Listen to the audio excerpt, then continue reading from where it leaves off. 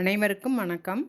இன்றைக்கி நம்ம சேனலில் பார்க்க போகிறது சிம்பிளான சுவையான சிக்கன் கிரேவி. இதை எப்படி செய்யலான்னு பார்க்கலாம் வாங்க. இப்போ வீடியோக்குள்ளே போகலாம். சிக்கன் கிரேவி செய்ய போகிறோம். அதுக்கு தேவையானது வந்து 1/2 கிலோ சிக்கன் எடுத்து நல்லா க்ளீன் பண்ணி மஞ்சள் தூள் போட்டு வச்சுக்கிறணும். 4 மீடியம் சைஸ் வெங்காயத்தை எடுத்து அந்த பொடியாக நறுக்கி வச்சுக்கிறணும்.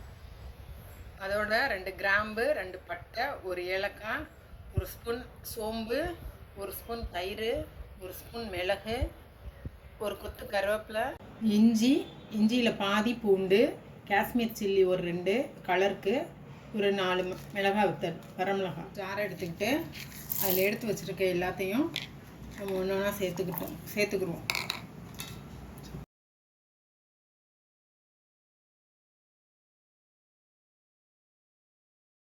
இப்போ எல்லாத்தையும் அரைச்சி எடுத்துக்கிட்டோம். ஒரு கடாயை காய வச்சு அதில் தேவையான அளவுக்கு நம்ம எண்ணெய் ஊற்றிக்கிறோம். இது கடலெண்ணெய் ஊற்றிக்கலாம், நம்ம இஷ்டம். அவங்க டேஸ்ட்டுக்கு தகுந்த மாதிரி. நான் கொஞ்சம் தேங்காய் எண்ணெய் யூஸ் பண்ணுவேன். தேங்காய் எண்ணெய் ஊற்றிக்கிறேன்.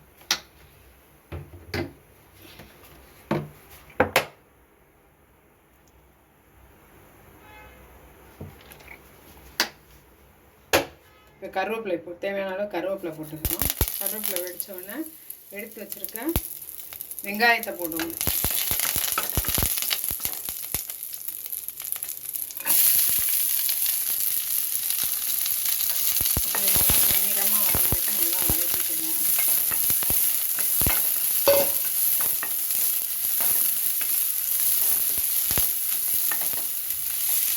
இதோட கொஞ்சம் உப்பு சேர்த்துக்கிடுவோம். தேவையான அளவு உப்பு.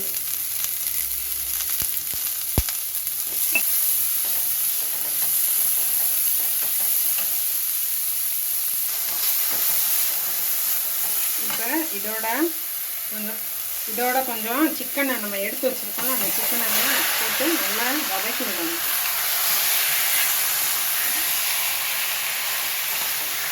அரைச்சி வச்சுருக்க அந்த கிரேவியை மசாலாவை இதில் கொட்டிடுறோம். இதோட கொஞ்சம் ஜாரை கழுவி கொஞ்சம் தண்ணி ஊற்றிக்கிறோம். இப்போ தண்ணியெல்லாம் தேவையான அளவுக்கு நம்ம அந்த கிரேவி இந்த சிக்கனும் வேகிற அளவுக்கு நம்ம தண்ணி ஊற்றணும். கொஞ்சம் நல்லா வதக்கிட்டு இதோட எண்ணெய் கொஞ்சம் பிரிஞ்சு வரும் பாருங்க. அப்போ கொஞ்சம் தயிர் சேர்த்துக்கிறோம். நம்ம 1 ஸ்பூன் அளவுக்கு தயிர் சேர்த்தா போதும்.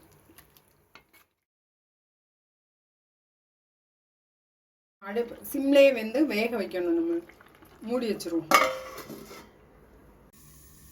இப்போ பாருங்கள், நல்லா எண்ணெய் பிரிஞ்சு நல்லா கிரேவி ரெடி ஆகிடுச்சு.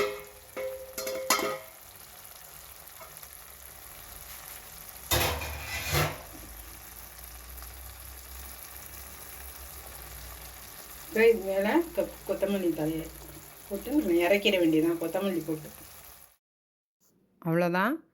இப்போ சிம்பிளான சுவையான சிக்கன் கிரேவி ரெடி ஆயிடுச்சு. இது பேச்சுலர்ஸ் எல்லாத்துக்குமே ஈஸியான ஒரு ரெசிபி. இது சாதத்துக்கு, இட்லிக்கு, சப்பாத்திக்கு, தோசைக்கு எல்லாத்துக்குமே வச்சு சாப்பிட்லாம்.